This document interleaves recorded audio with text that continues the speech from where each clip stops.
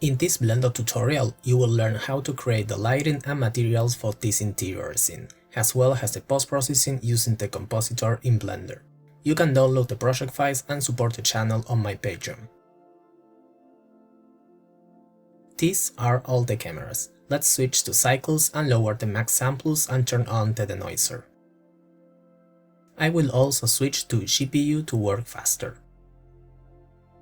Add an override material so we can work on the lighting without any distracting materials. Nothing is visible, even if I increase the strength of the default light. That's because the glass material on the windows was also overridden. This material was created in the last tutorial, and you can download it for free on my Patreon. If you set the pass index of the glass object to 1, they will convert to glass. Let's increase this a little bit more. This is the override material, and you can add several materials and distribute them by pass index. Let's bring in the spheres to correctly expose the scene. And now I will use a sky texture. I will play with the sun position until I find something nice. I also like these softer shadows. Finally, I decrease the sun intensity to reduce contrast. Once the lighting setup is done, I will check the exposure value. I'm looking at the black, gray and white spheres and trying to find a balance that looks right. If I go too high, the black looks washed out, and if too low, the white looks gray. This exposure level looks balanced but a little bit overexposed, which is good because I know the image will look a bit darker when I add the materials. Let's remove the material override and begin creating the materials. I will start with the glass material. You may notice that the sunlight is not working anymore. That's because we need to add a light path node and a transparent node. Now the light rays are back. I would like to add some imperfections to the transparency of the glass. I have this random dirt texture that I found. I connect it to the transparent node, and to control it better, I use a color ramp and tweak the settings until it looks natural.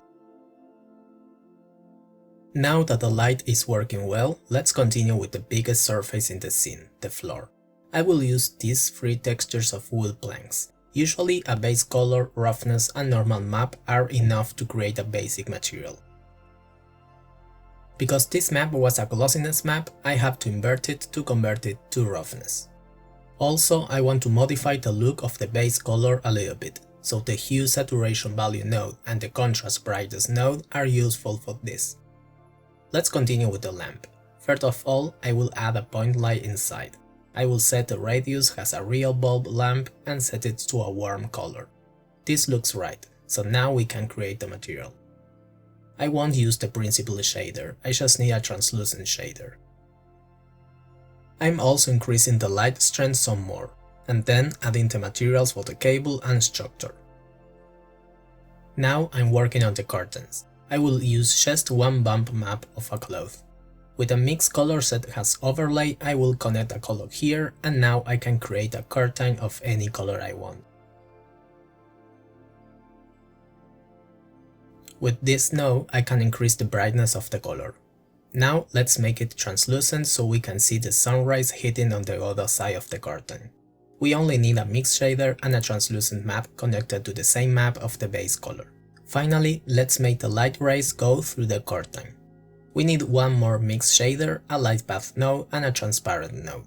We need to lower this value to reduce the amount of light that will make it to the other side of the curtain. Let's move forward with the carpet. It is just some random texture I found. I will add noise to the normal so it looks less plain. I want to make this effect very small and subtle.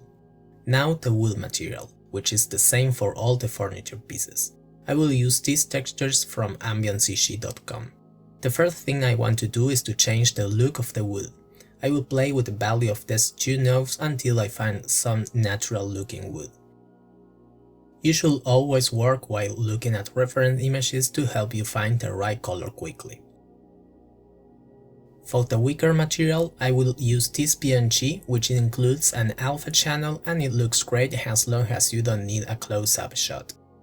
By the way, these wooden furniture pieces are from the Chandigarh collection.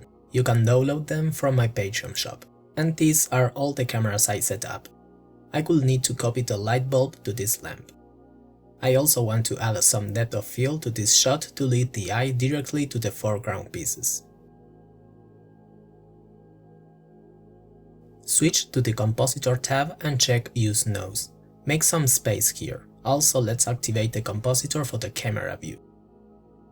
The first thing is to white balance the image. For that, we can use this node set on divide and pick a color from the scene that should be white, in this case the wall. Now the color is balanced, but the exposure is wrong. To fix it, you need to set the value of the color you selected to 1, and now the exposure is correct again. I will add just a bit of contrast using this node. And now for the color grading, I will use this node.